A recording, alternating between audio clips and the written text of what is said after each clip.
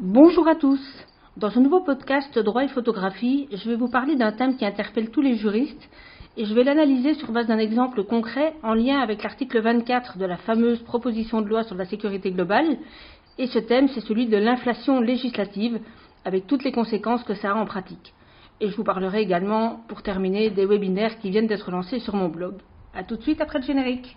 Bonjour, ceci est le podcast du blog Droit et photographie. Je m'appelle Joëlle Verbrugge, je suis avocate et photographe, et dans le blog Droit et photo, j'évoque avec vous les aspects juridiques de la création, de la diffusion et de l'utilisation des images fixes ou animées. En complément du blog et de la chaîne YouTube qui existe déjà, ce podcast vous permettra donc d'en apprendre encore plus avec la souplesse que permet le format audio. Bonne écoute!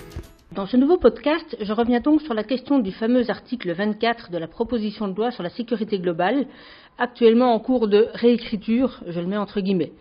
Et je mets des guillemets parce que à ce jour-ci, quand j'enregistre la vidéo, c'est-à-dire le 18 décembre 2020, personne n'est capable de dire ce que va réellement devenir ce texte très contesté. Je mettrai donc en commentaire sous ce podcast et sous la vidéo qui lui sera associée sur YouTube le lien vers cet article de mon blog que je vous invite à suivre au fil du temps. Le but de ce podcast n'est pas de reprendre le contenu de ce très long article, puisque cet article est évolutif pour rester à jour au fil des semaines. Je voulais plutôt revenir sur un problème de fond qui mérite que je vous donne un avis de juriste, c'est-à-dire l'inflation législative. Ce qu'on appelle l'inflation législative, vous l'aurez compris, c'est l'empilement de lois, de décrets, de règlements, d'arrêtés, etc. sur des questions qui sont souvent connexes, avec les conséquences que je vais détailler. Et l'article 24 est un excellent exemple, puisqu'il permet précisément de vous expliquer de façon très concrète ce qui peut arriver sur un sujet précis. Rappelons tout d'abord quel était le but officiel de l'article 24 de la loi sur la proposition de loi sur la sécurité globale et les situations qu'il veut combattre. Comme je l'avais expliqué dans l'article publié sur mon blog, la finalité annoncée de cet article 24 est de protéger les membres des forces de l'ordre lorsque ceux-ci font l'objet de menaces ou d'agressions. Partons pour l'instant du postulat que c'est le but réel de l'article proposé. L'objet de ce podcast étant de vous expliquer une notion plus globale, je vais donc me contenter pour l'instant des annonces et des finalités officielles pour voir si le moyen utilisé peut être théoriquement efficace. L'auteur de la proposition de loi veut donc par cet article éviter par exemple que des menaces de mort ou de blessures soient proférées à l'encontre des membres des forces de l'ordre. Et bien entendu, il faut combattre de telles menaces.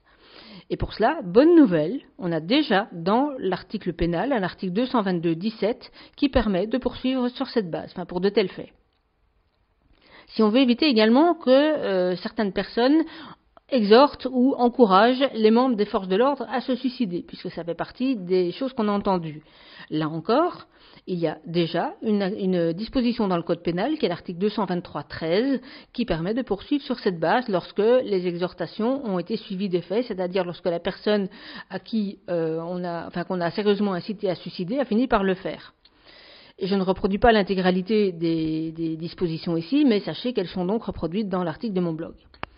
Si on veut éviter, autre possibilité, que des photos des forces de l'ordre dans leur vie privée soient diffusées, eh bien on a soit l'article 226.1 du code pénal lorsque ces photos sont en plus prises dans un lieu privé, ou si les photos sont prises dans un lieu public, on a l'article 9 du code civil, tant pour les photos que d'ailleurs pour toutes les atteintes à la vie privée, au droit à l'image. Si la divulgation des informations met la personne en danger, on a également l'article 223.1 du code pénal sur la mise en danger de la vie d'autrui. Si on provoque à commettre des délits dont seraient victimes ces mêmes agents de la force publique, on a cette fois-ci l'article 24 actuel de la loi sur la liberté de la presse, donc pas celui dont il est question dans la proposition de loi, mais l'article qui existe déjà, et qui est tout aussi efficace. Et je peux continuer comme ça pendant un bon moment. Je vous ai fait dans mon article un inventaire des dispositions qui existent déjà pour réprimer toute une série de délits qui, nous dit-on, sont à l'origine d'une telle proposition de loi. Et je le compléterai à l'avenir, puisque c'est probable que j'aurai oublié d'autres articles. Et pour cette raison, la plupart des juristes dont j'ai pu lire les analyses, pour l'instant, sont apparemment tout aussi défavorables que moi à l'empilement d'une nouvelle disposition légale par rapport à ce qui existe déjà. Et je vais à présent vous expliquer pourquoi. Que se passera-t-il si on ajoute une nouvelle disposition à toutes celles qui existent déjà ? Imaginons que l'article 24 soit finalement voté dans une rédaction proche ou comparable à celle qui était envisagée. Imaginons ensuite qu'un policier ou un gendarme, estimant qu'il a été porté atteinte à cet article suite à la diffusion de son image, saisisse lui-même la justice ou, autre possibilité, que ce soit le ministère public qui prenne l'initiative des poursuites et que le policier ou gendarme se constitue partie civile pour se voir indemniser. On aura donc à ce moment-là devant un tribunal, d'un côté le policier ou le gendarme qui va demander son indemnisation et le parquet, donc le procureur qui va demander le prononcé d'une peine pénale. D'un autre côté, l'auteur de la diffusion de l'image, qui peut d'ailleurs ne pas être le photographe lui-même, il peut très bien avoir repris l'image sur Internet pour la diffuser à une autre fin, qui va pouvoir plaider plusieurs choses. Et c'est au niveau de cette argumentation qu'on va déjà voir survenir les problèmes. Première argumentation, puisque le nouvel article est inséré dans la loi sur la liberté de la presse, l'infraction pourrait très bien être soumise au délai de prescription très court de 3 mois. Dans ce cas-là, vous serez tenté de me répondre que c'est au moins une bonne nouvelle, mais pas du tout. Car si la nouvelle infraction à créer se prescrit aussi par 3 mois, les policiers ou les gendarmes qui assignent après ce délai et sur une autre base, c'est-à-dire sur une des dispositions qui existent déjà, vont se voir répondre qu'ils ont en réalité détourné la loi, qu'ils auraient dû assigner sur l'article 24 dont on parle aujourd'hui, mais que comme cette action-là est prescrite, ils ne peuvent pas choisir un autre fondement et sont dès lors plutôt irrecevables. Et c'est ce qui se passe exactement pour l'instant lorsque des faits sont susceptibles d'être à la fois une diffamation et une atteinte au droit à l'image de l'article 9 du Code civil, et on a des débats sans fin pour savoir si on rentre dans le champ de l'un ou l'autre de ces articles, et si on rentre dans le champ de la diffamation pour savoir si, oui ou non, l'action est tardive. Et pour faire la part des choses, il faudra donc à nouveau que la Cour de cassation se prononce pour savoir quand on est dans le champ d'application du futur article 24 dont il est question aujourd'hui, ou quand on est dans le champ d'application d'une des autres dispositions pénales. Autre possibilité, les parties poursuivies pourraient plaider que des éléments de l'infraction rentrent d'office dans le champ d'application d'une autre disposition légale, c'est-à-dire ne plus s'occuper du délai dans lequel l'action a été introduite, mais simplement contester le fondement choisi, ce qui va de nouveau donner lieu à des discussions sans fin.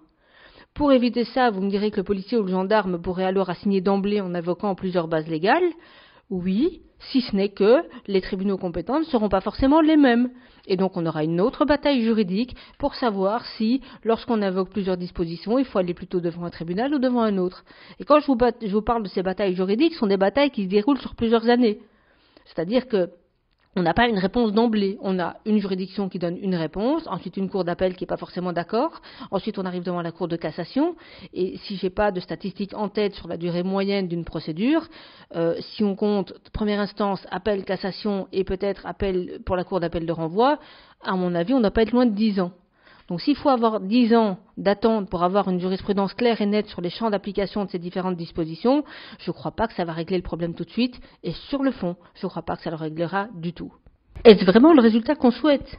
Dois-je rappeler que si les gouvernements successifs ont depuis quelques années supprimé des tas de lits d'hôpitaux, ils ont aussi dans le même temps privé la justice des moyens indispensables à un bon fonctionnement.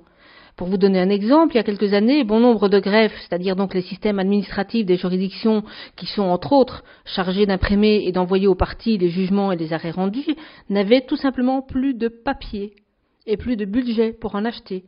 Le TGI de Bayonne, donc près de mon cabinet, là où je suis inscrite, affichait sur les fenêtres de son greffe des messages indiquant que les greffiers devaient acheter eux-mêmes le papier et l'encre des imprimantes pour pouvoir faire leur travail. Et ce n'est qu'un tout petit exemple parmi des milliers d'autres, mais il est très parlant. La justice manque considérablement de moyens.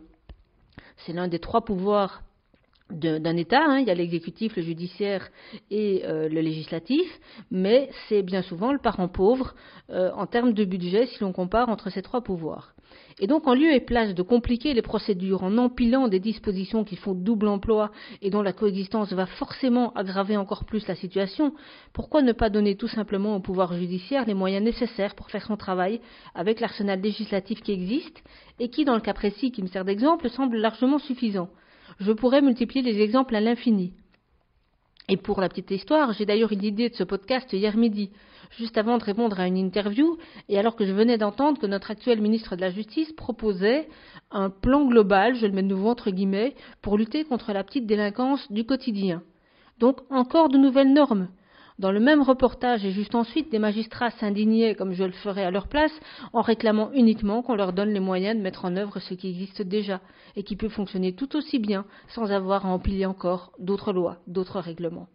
Et en termes de conclusion, lorsque j'étais étudiante en droit, et donc ça remonte un petit peu, un professeur de l'université où j'étudiais à Bruxelles nous avait expliqué qu'un éminent philosophe du droit, dont j'ai malheureusement oublié le nom, préconisait un conseil d'une sagesse basique, mais qui semble aujourd'hui quasi utopique. Il conseillait à chaque État de faire régulièrement l'inventaire de toutes ses dispositions légales et d'abroger toutes celles qui ne servaient plus à rien ou qui faisaient double emploi. Alors j'ai cherché un peu pour retrouver l'auteur de ce sage conseil, mais malheureusement je n'ai pas trouvé.